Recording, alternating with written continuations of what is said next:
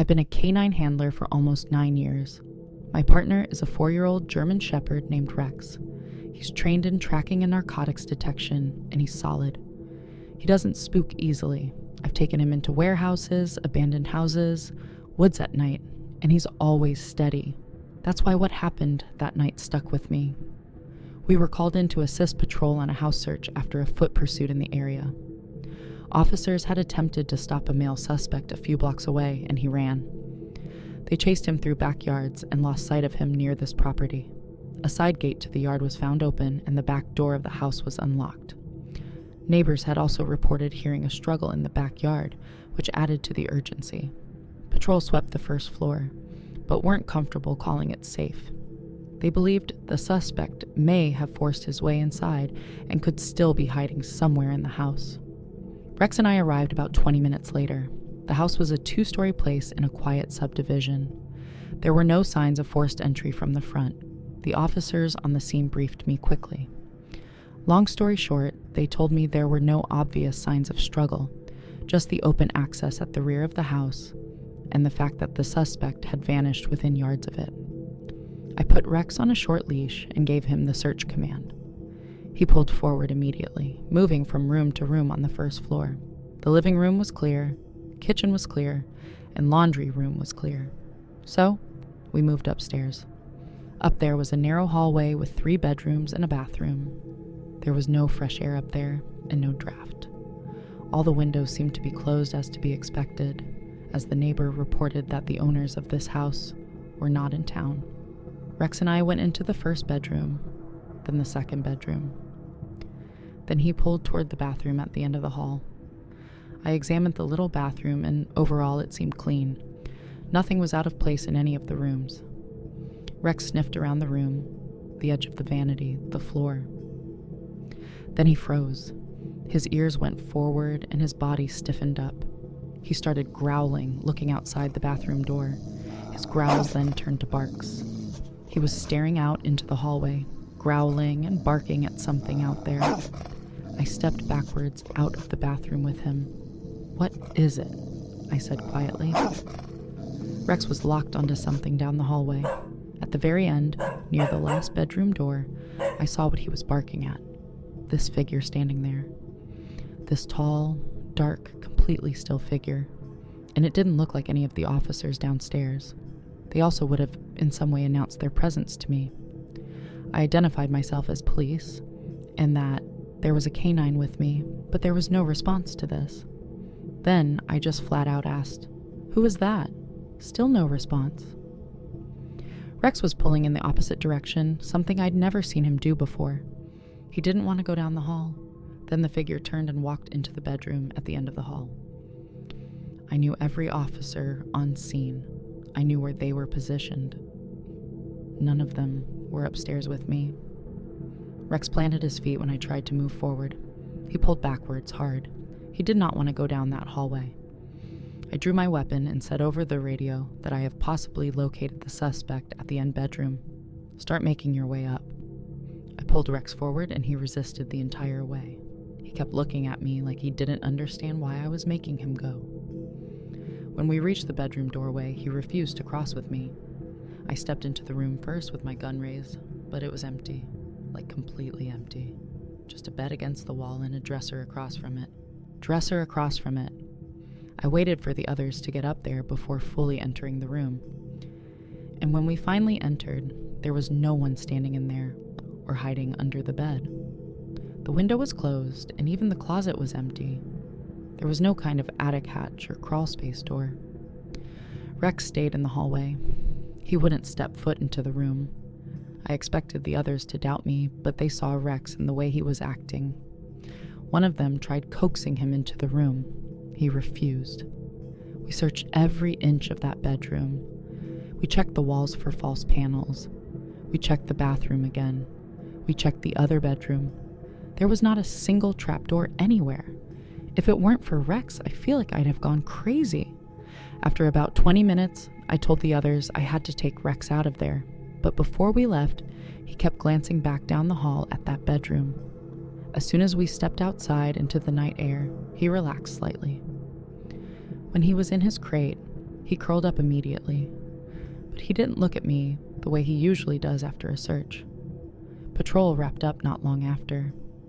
I've replayed that moment 1,000 times in my head. I think I believe it was a real person, the suspect even, but I don't know how they escaped that room or why Rex behaved that way.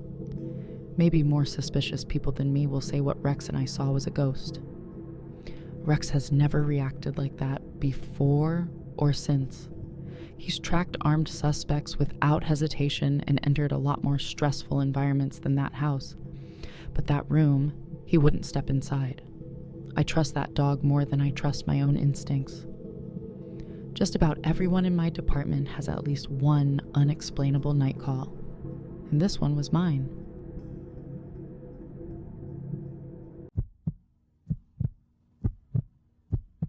I've been a patrol officer for a little over 8 years now. I've worked nights for most of that time. You see a lot on midnights. For example, I've lost count at how many domestic fights, drunk drivers, break-ins, and overdoses I've had to deal with. After a while, most calls start to blend together. You show up, then separate people, you take a report, possibly make an arrest, and then move on. There are only a handful of calls that ever stuck with me. This is one of them. It happened in late October a few years back around 2:40 in the morning. Dispatch toned me out for a 911 hang-up. The caller had reported hearing a woman screaming from inside the house next door.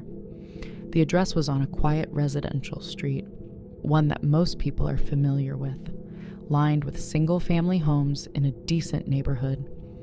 Nothing that generated a lot of police activity. The caller said the screaming had stopped by the time she dialed 911, but she was sure that she heard someone yelling for help. I was only about 5 minutes away. When I pulled up, the street was dead silent.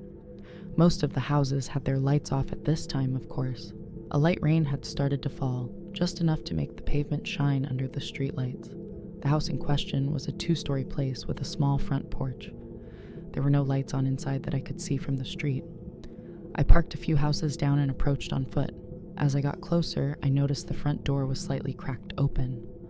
That immediately raised my guard because it confirmed some validity to what this woman had reported. I radioed dispatch and advised I was on scene and had an open door. I asked for another unit to start my way, but at that time of night, the nearest backup was about 10 minutes out at least. I stepped onto the porch and listened. The only sound was the light rain hitting the ground. I knocked on the doorframe and announced myself. Police department. No response. I knocked again, a bit louder. At that point, with a report of screams and an open door, I had exigent circumstances. I pushed the door open slowly and stepped inside. Nothing really stood out, such as any kind of signs of forced entry or weird smells. The living room was directly ahead of me, and everything looked normal and neat. There were no signs of a struggle. I searched the living room first, checking behind the couch and in the corners. Then, I moved toward the kitchen. My flashlight beam bounced off clean countertops and a sink full of dishes. There was a glass on the table with what looked like water still in it. I remember that detail because I made a mental note of it, meaning that someone had been sitting there not long ago. I called out again. Police department, if anyone is here, make yourself known. My voice sounded too loud in the quiet home. Rarely would I get nervous on a late night call, but something about this was creeping me out. I kept expecting someone to answer from upstairs, but no one ever did. I moved down the hallway toward the back of the house. I remember the layout. There was a small bathroom on the right, a guest bedroom on the left, both clear. At the end of the hallway was a staircase leading up. As I stepped onto the first stair, I heard a sound from above, like a quick, faint shuffle, like a foot dragging across carpet. I stopped and listened. I drew my weapon and continued up the stairs slowly, one step at a time, keeping my light aimed ahead. The upstairs hallway had 3 doors. 2 were closed, one slightly open. The open one was at the end. As I reached the top, I heard it again, a soft movement from that direction. I announced myself a 3rd time and told whoever was inside to show their hands. No response. I approached the open doorway and pushed it wider with my foot. It was a bedroom that was larger than the one downstairs. The bed was unmade with the sheets partially hanging off the side. A lamp on the nightstand was knocked over onto the floor. That was the first thing that looked wrong. I stepped inside and checked the closet. It was empty. Then I checked under the bed. Nothing. The window was closed and locked. No obvious way in or out from that room. I felt that uncomfortable feeling in my chest you get when something isn't adding up. The rest of the upstairs still needed to be cleared. The second bedroom was a kid's room from the look of it, because of the toys on the floor, the small dresser, and posters on the wall. There was no one inside. The last door was the bathroom. As I reached for the handle, I noticed something on the carpet outside the door, a dark spot. At first I thought it was just a shadow from my flashlight, then I realized it was wet. I crouched down and touched it with my glove, and it was blood. Not a huge amount, but enough to form a small pool. My heart rate went up instantly. I called it out over the radio and asked dispatch to expedite backup. People may forget police officers are people too. But when we're in these kinds of situations, we're just as scared as anyone else. I pushed the bathroom door open and flicked on the light with my elbow. The shower curtain was closed. There were streaks of blood on the tile floor leading toward the tub. I moved closer and yanked the curtain back. The tub was empty, but there was more blood near the drain. The blood looked as though someone had been standing there bleeding. I checked everywhere in the bathroom to no avail. By this time, backup was still a few minutes out. I was alone in the house with fresh blood and no victim. I did another sweep of the upstairs, but slower this time. That's when I heard a faint sound from below, like a floorboard creaking under weight, and it came from the first floor. I moved back toward the stairs and aimed my light down into the darkness.